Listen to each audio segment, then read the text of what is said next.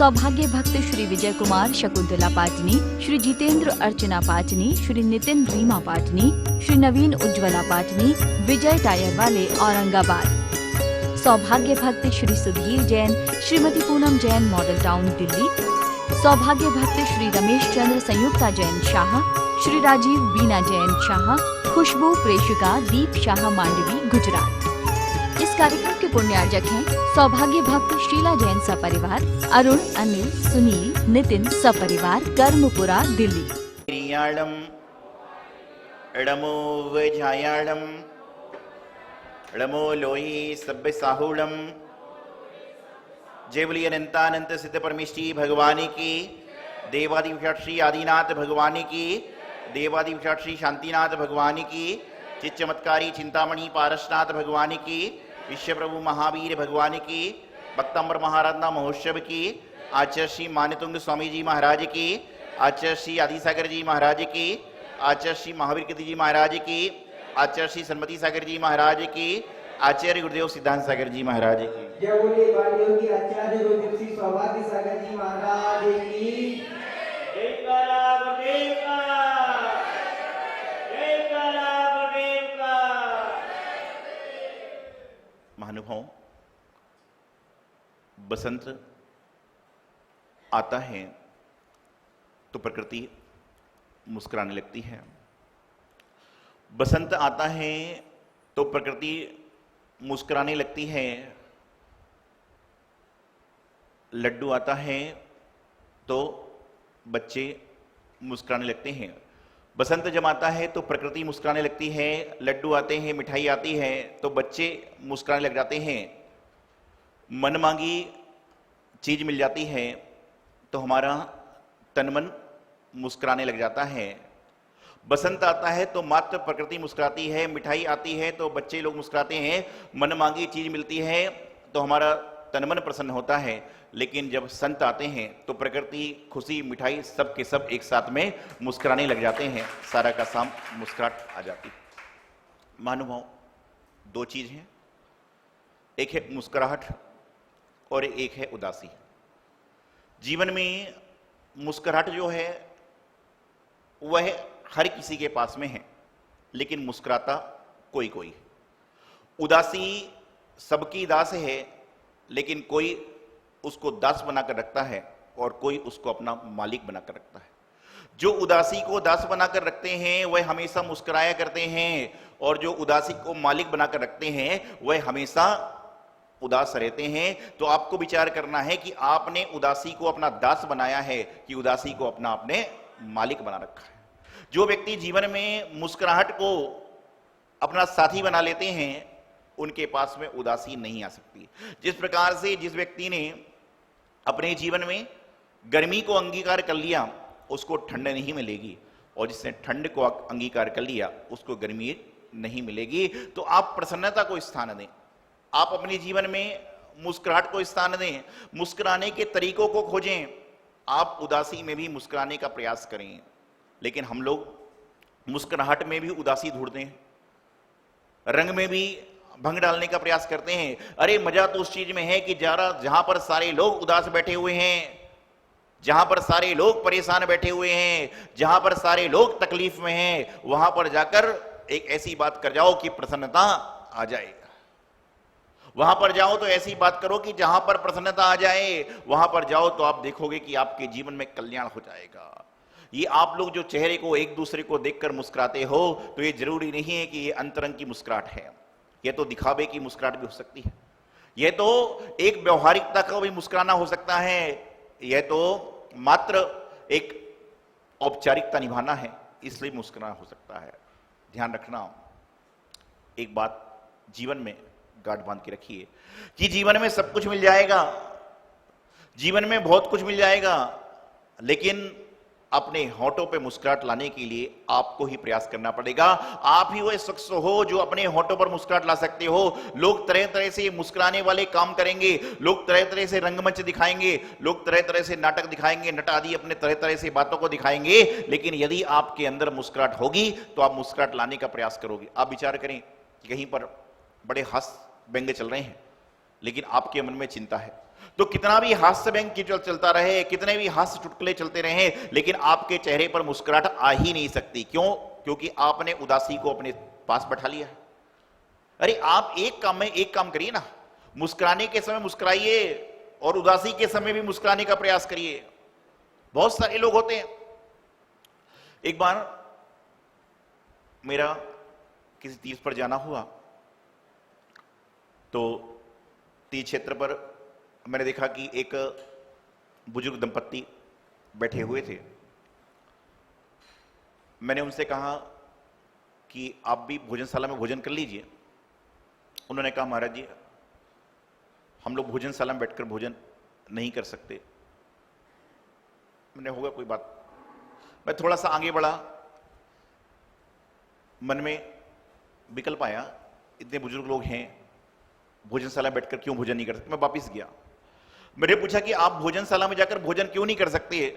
उन्होंने कहा महाराज जी बात ऐसी है कि हमारे पास में इतने पैसे नहीं हैं कि हम भोजनशाला में जाएं और 2 आदमी बैठकर भोजन करें। हम तो ये चाह रहे हैं कि भोजनशाला वाला एक थाली के पैसे दे दे और हम दोनों पति पत्नी बैठकर खा लें।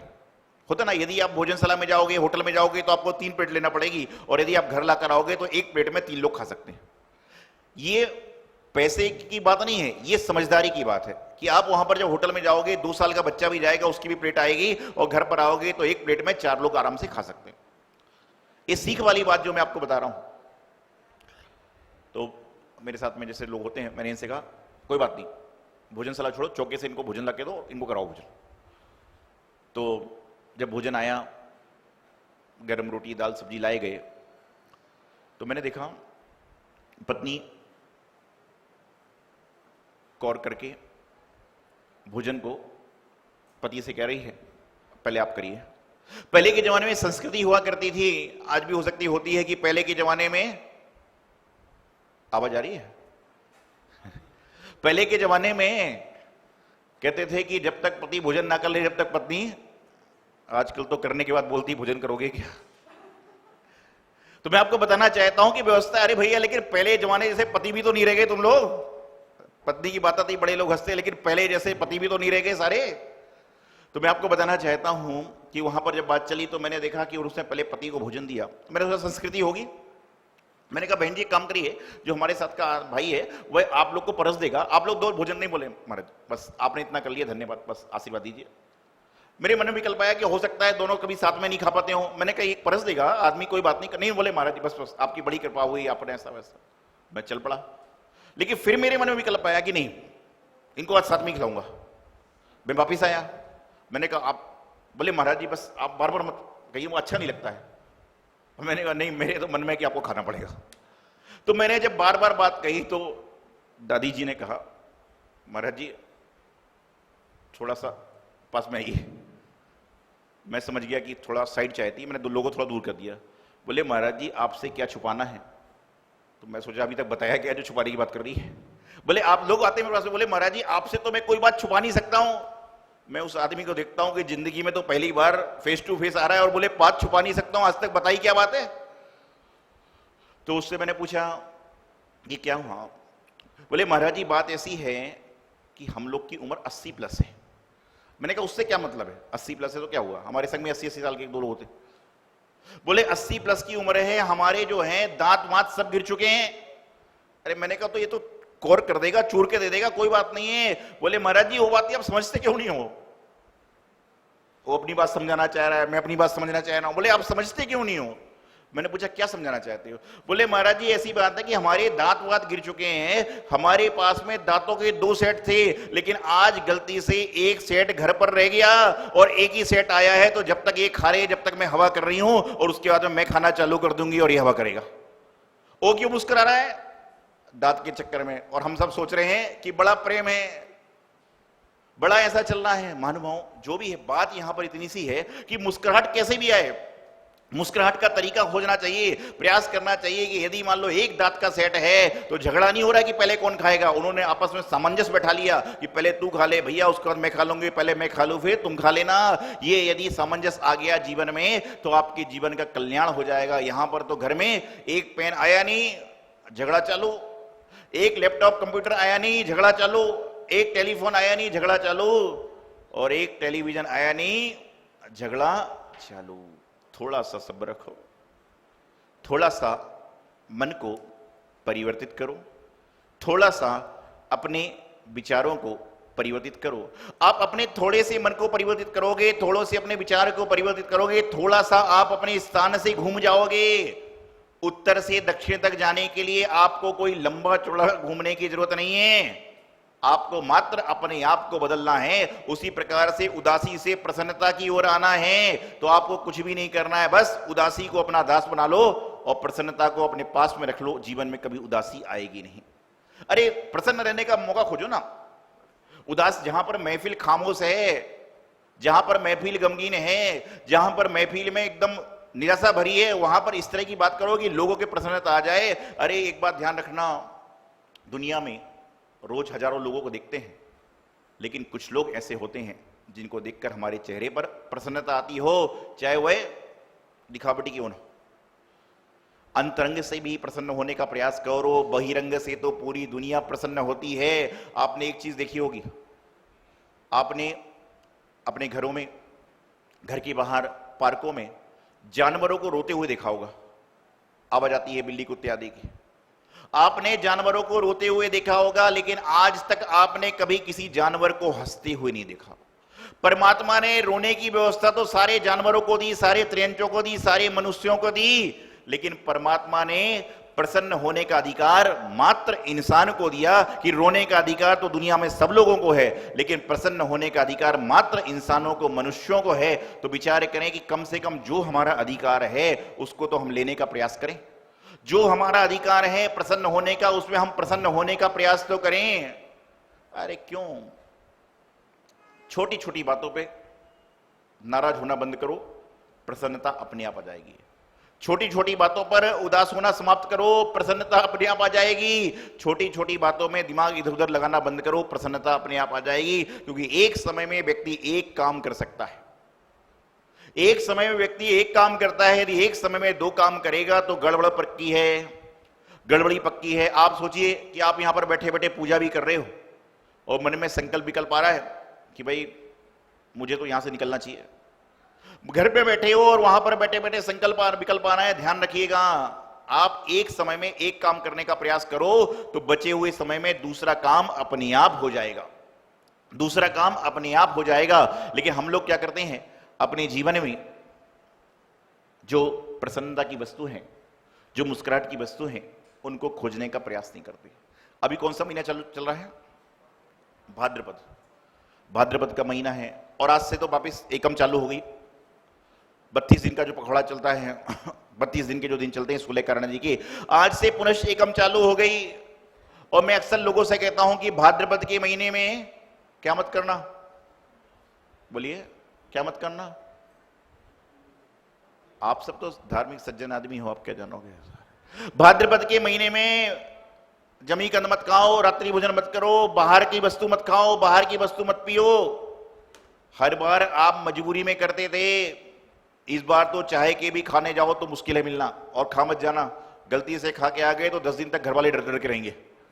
ध्यान रखिएगा, जो व्यक्ति बाजार में खा रहा है, घर वाले 10 दिन तक डर डर के रहते हैं और मंदिर में आता तो मुझे मालूम है कि भाई दूर हो जा तू। इसलिए कम से कम ये नियम ले लो कि जब तक 16 कारण पर्व बचे हुए हैं उस दिन तक हम लोग बाहर का सब कुछ बंद करेंगे। बाहर समझते हो, बाहर मतलब क्या होता है? बाहर का खाना। एक बार मेरा चुनाव चल रहा था कहीं पर, मैंने कहा सारे लोग नियम लो कि बाहर का नहीं खाएंगे, सारी पब्लिक ने हाथ उठा दिए। मैं बड़ा प्रसन्न हुआ, ऐसी समाज पहली बार देखी मैंने। जैसे आप लोग हो ना एकदम बिल्कुल साइलेंट बैठते हो, जब पूछता हूं कुछ तो बिल्कुल बैठते हो सारे। तो मैं आपको बता रहा हूं कि मैंने ऐसी समाज बड़ी देखी, बड़ा प्रसन्न हुआ कि बाहर का नहीं खाना। अब मैं जब आहार को निकलता तो आहार को निकला तो मैंने देखा कि एक महिला एवरग्रीन के डिब्बे में कचौड़ी निकालकर पपड़ी फेंक रही थी। एवरग्रीन के डिब्बे में कचौड़ी निकालकर पपड़ी फेंक रही थी। आहार के समय मुद्रा बंदी थी, मैंने होगा कुछ कर रहा होगा।